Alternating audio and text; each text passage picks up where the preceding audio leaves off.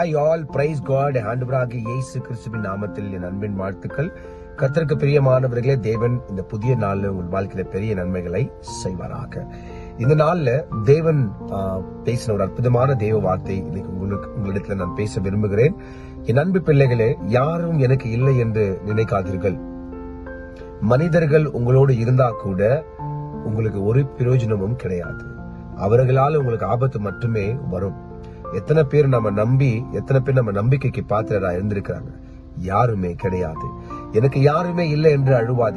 எனக்கு கேட்க நாதி இல்லைன்னா நினைக்காத. உன்னுடைய நாதி பரலோக ராஜ்யத்தில் இருக்கு. உனக்கு மேல இருக்கிற ஒரு அன்பு தெய்வம் மிகப்பெரிய உறுதுணையாக கூட இருக்கிறார். இன்னில இருந்து இந்த வார்த்தையை மாத்திரம் நீங்க என்ன பண்ணுங்க, நிறுத்திடுங்க. எனக்கு யாருமே இல்லையே, எனக்கு கேட்க யாருமே இல்லையே, எனக்கு சப்போர்ட் பண்ண யாருமே இல்லையே. நோ, இந்த வார்த்தையை கேளுங்க. யாத்திராகமம் 14:14, அதாவது எக்ஸோடஸ் 14:14 சொல்லுது, கர்த்தர் உங்களுக்காக யுத்தம் பண்ணுவார், நீங்கள் சுகமா இருப்பீர்கள், நீங்கள் சும்மா இருப்பீர்கள் என்று சொல்லி. எத்தனை பேருக்கு புரியுது? கர்த்தர் உங்களுக்காக யுத்தம் பண்ணுவார், நீங்க சும்மா இருப்பீங்க.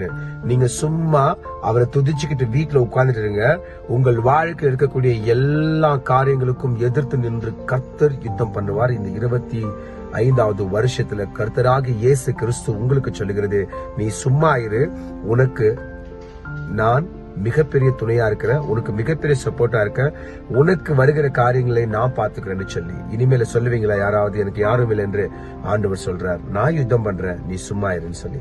சும்மா இருங்க. உங்களுக்கு எதிராக பேசுறாங்களா? உங்களுக்கு எதிராக அநேக காரியங்கள், உங்களுக்கு எதிராக கடன் பிரச்சனையா, உங்களுக்கு எதிராக நோயா, எல்லாமே இருக்கட்டும், ஆண்டவர் பாத்துக்குவாரு. நீங்க அமைதியா இருங்க. கர்த்தர் உங்களை ஆசீர்வதிப்பாராக. ஆமென். ஜெபம் பண்ணலாம். பரலோக பிதாவே, என் தேவனாகிய கர்த்தாவே, நன்மையும் கிருபையும் செய்கிற நல்ல ஆண்டவரே, அற்புதமான இந்த அன்பு வார்த்தைக்கு நன்றி. உங்க நாம மகிமைப்படட்டும். இயேசுவின் மூலம் ஜெபிக்கிறோம் பிதாவே. ஆமென். என் ஆத்துமாவே கர்த்தரை ஸ்தோத்திரி, என் முழுவலமே பரிசுத்த நாமத்தை ஸ்தோத்திரி. என் ஆத்துமாவே கர்த்தரை ஸ்தோத்திரி, கர்த்தர் செய்த சகல உபகாரங்கள் வாழ்நாள் முழுவதும் மறவாமல் இருப்பாயாக. ஆமென். God bless you all. கர்த்தர் உங்களோட கூட இருப்பார். கவலைப்படாதீங்க. இந்த புதிய நாளை அவர் மேல் நம்பிக்கை வச்சு நீங்க தொடங்குங்க. இயேசு சுவாமி உங்கள் வாழ்க்கையில பெரிய அற்புதங்களை செய்வாராக. மீண்டும் நாளைக்கு சந்திக்கலாம். அது வரைக்கும் கர்த்தர் உங்களோடு கூட இருப்பார்.